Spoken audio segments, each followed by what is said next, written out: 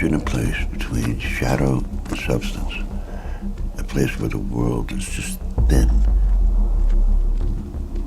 Not many pass through here. They just tend to get burnt up, infected.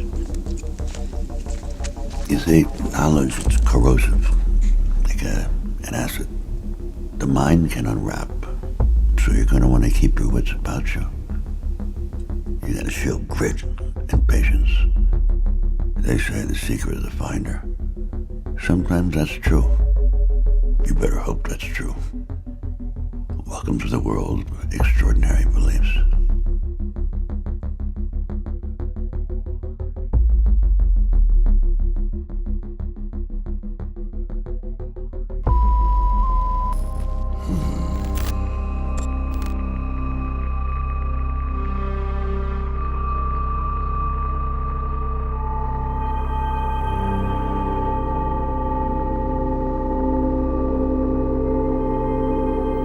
Area 51, one of the most secretive spots on the planet. It's located on the northeast edge of the Nevada test site and is said to be where numerous top-secret weapons systems have been tested over the years. According to some UFO researchers, it's also where the government is test flying alien spacecraft. It sounds pretty far out, but some Las Vegas residents report having seen these flying saucers. A local scientist who says he worked at Groom Lake and saw the saucers joins us in tonight's interview. He has asked that his identity be shielded. Sir, how do we know you are who you say you are and that you actually have knowledge about what's going on at Groom Lake? Well, I guess there's no way you could really know. There's really no way I could prove it without revealing my identity and getting myself into more trouble than I have already. Exactly what's going on up there?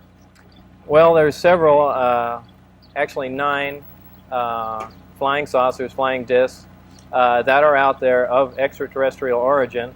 And they're being test flown and basically just analyzed. You say there's 9 saucers. How are those tests going? As far as what? As far as whether they're successful and that sort of thing. Oh, well, some of them are 100% intact and operate perfectly. The other ones are being taken apart. I was involved mainly in propulsion and the power source. Where did we get these saucers? How did they come into the hands of the government?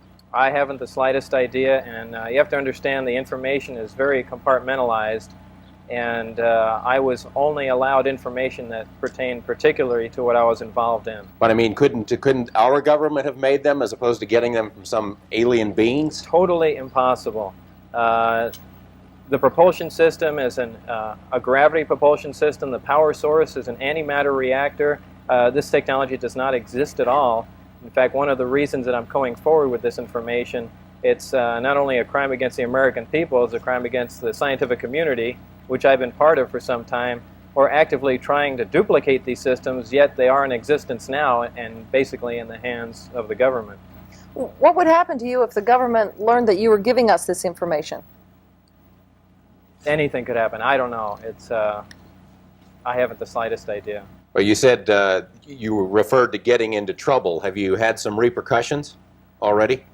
Yeah, I've been threatened with being charged with espionage. I've had my life threatened by them, my wife's life threatened by them, and I mean, I don't know where else you can go from there. Well, we want to thank you for joining us. It's pretty interesting stuff you've got to say. Thank you. Thank you, sir. Well, more news in just a moment. Now, first we go to Dan Rather in Beijing for a look ahead at the CBS Evening News. CBS Evening News from China. We'll have extensive coverage of Mikhail Gorbachev.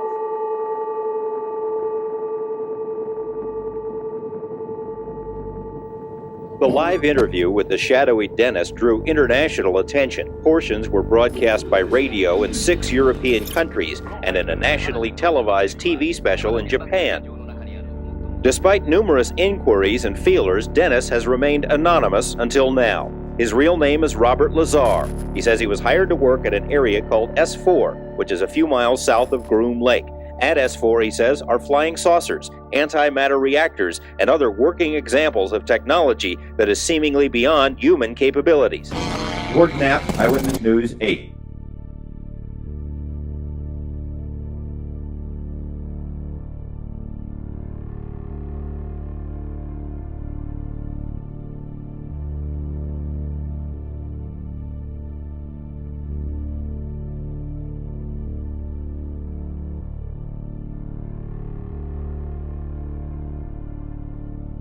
When somebody understands fission and fusion and the inner workings of nuclear reactions, they can't not know how to make a bomb out of it and just make a nuclear reactor to make power.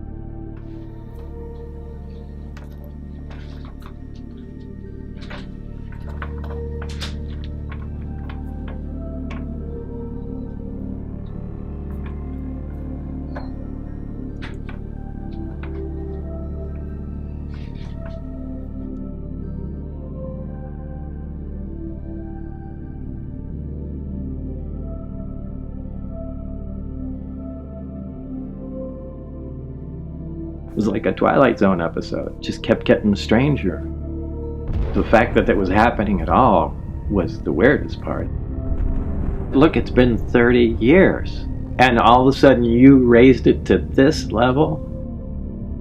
You know, this is a powerful technology, fearsome technology, and you just don't want everyone to have it. It'll become obvious how to make constructive as well as destructive devices from it. It's my only guess as to why they have never released information. It's kind of difficult. Once you release the technology to be analyzed and give it to everyone, they can just run with it. You really can't keep the weapon potential hidden. You really can't.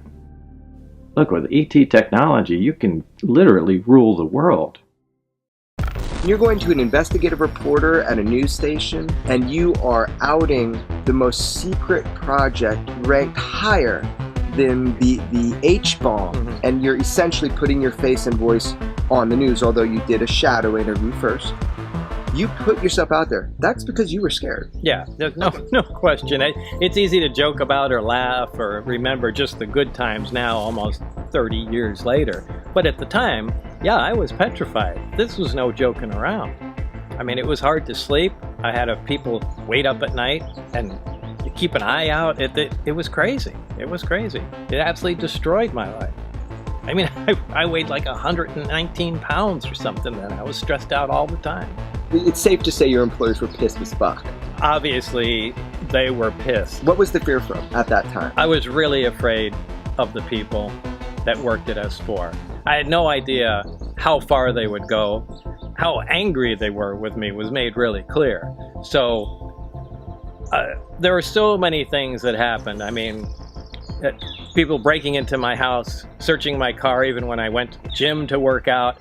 And I mean, I had friends with me that saw things like this happening. And even they were afraid. So I left in constant fear at the time.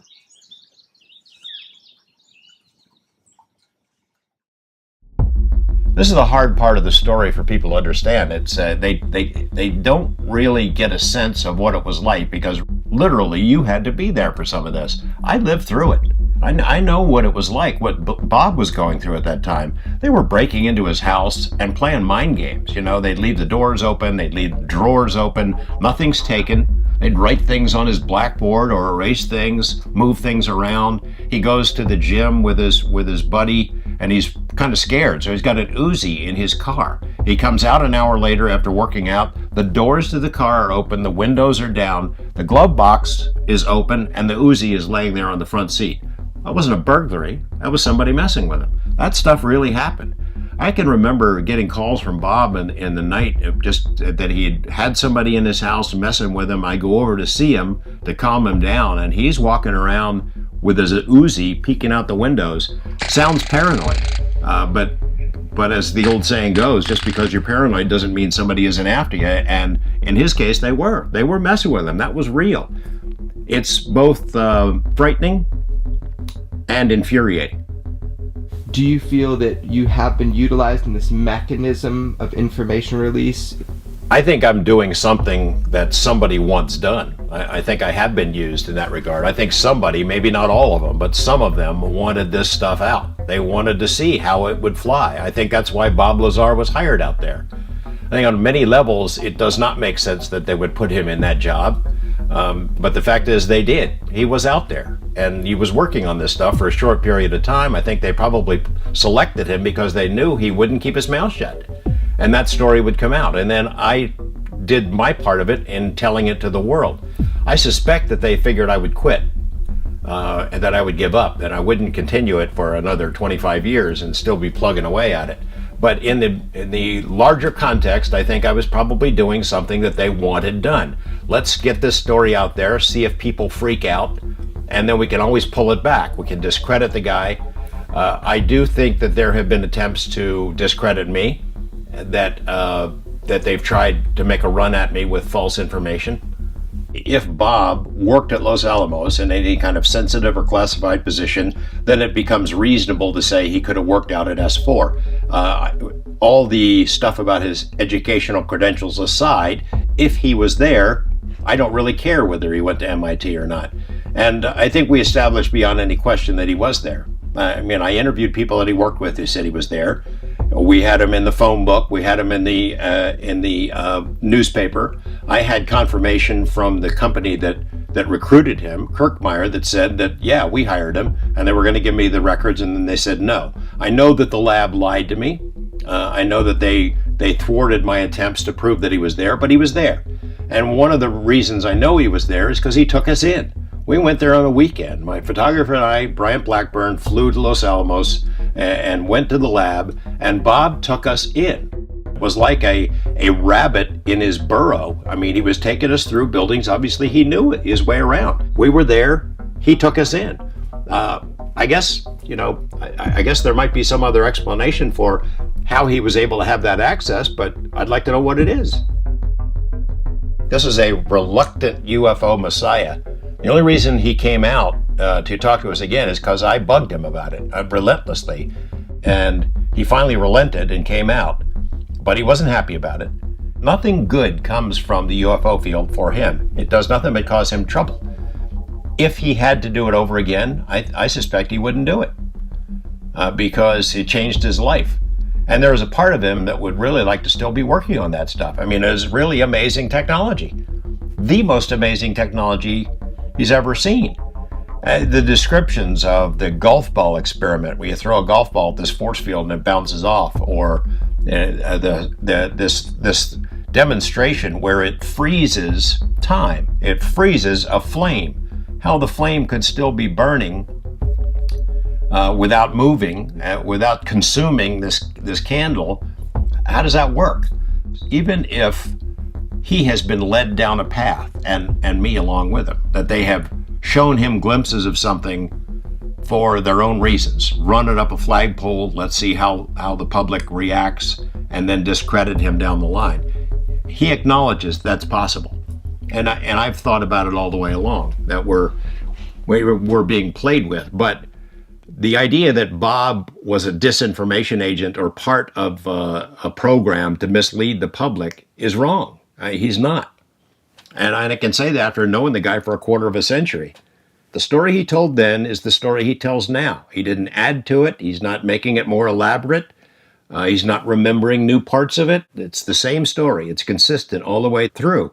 He's telling me something that really happened to him. The mountains appear to float on dry lake beds, like spaceships from another world. They seem to ride on a viscous material channeled through empty space by heat that rises and separates. It vitrifies everything it contacts, like a green glass honey.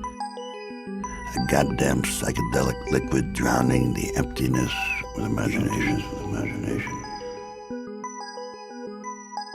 This desert is pocked and punctuated by 1,000 gaping holes created in 1,000 atomic blasts that define an era. What are they building in the desert north of Las Vegas? What are they hiding? What are they hiding? The fuck are they hiding?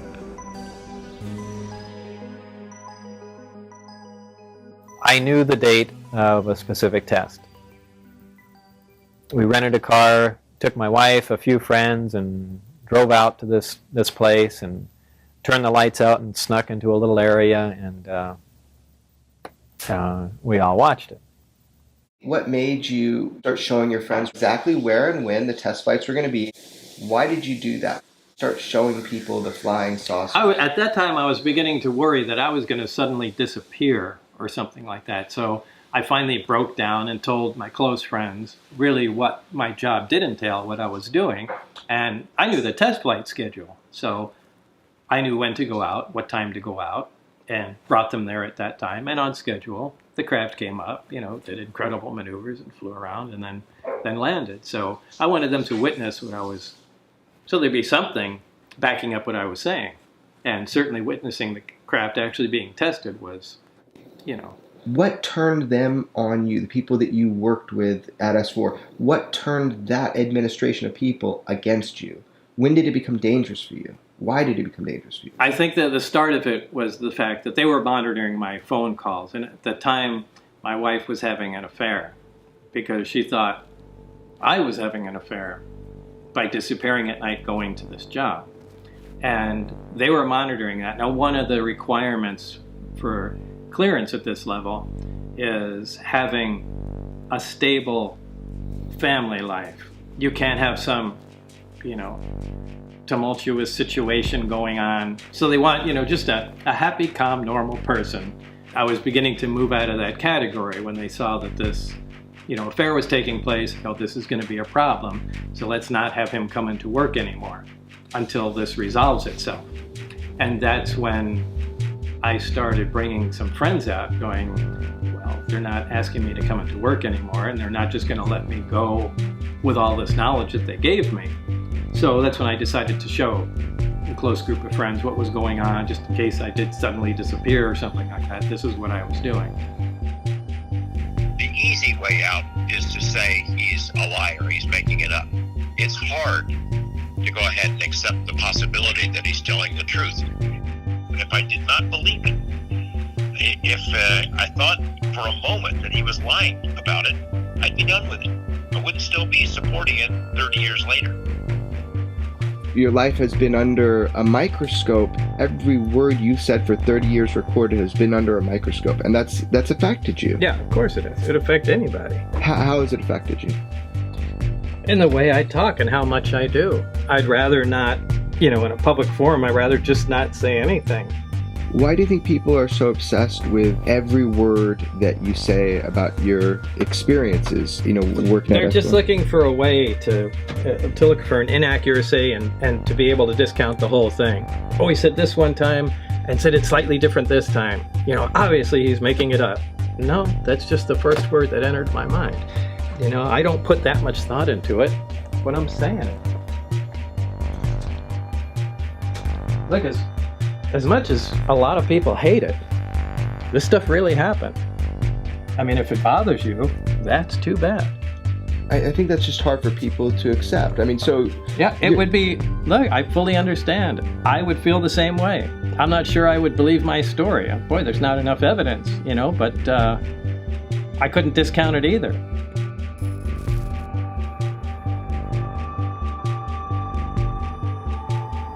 Since the New York Times story broke, since Lou Elizondo came forward, since those videos went public, the world is now talking about UFOs in a more serious vein. I think that's a good thing, and I think it reflects positively on Bob Lazar's story, and I hope that the world will take another look at it. The fact is, the people that know him best believe him the most. I hope that one thing that comes across in your film is the real Bob. Once you get to know him, it becomes much more plausible as a story. You saw alien ships. Yeah. You worked on a gravity wave amplification system trying to figure it out. Right, a propulsion system and a power source that's completely unknown to mankind. And there's no way human beings could have made it. There is no way human beings could have made it, under any circumstances, in any country, anywhere, period. And for 30 years, you are telling us the truth. You bet. This shit happened. You got it. The fact is that raid that happened in Michigan, that's a very dramatic and very important development. They weren't there looking for records about some customer he had a couple of years ago. They were looking for 115.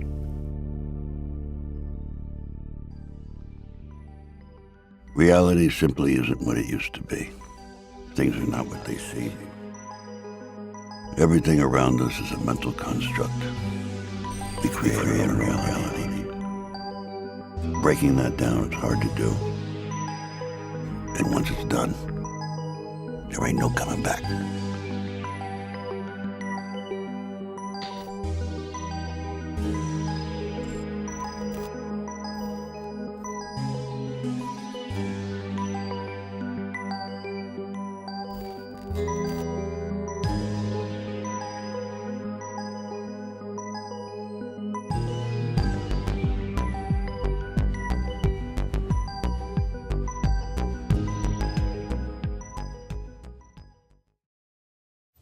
But it's true. It's true. What I have seen is true.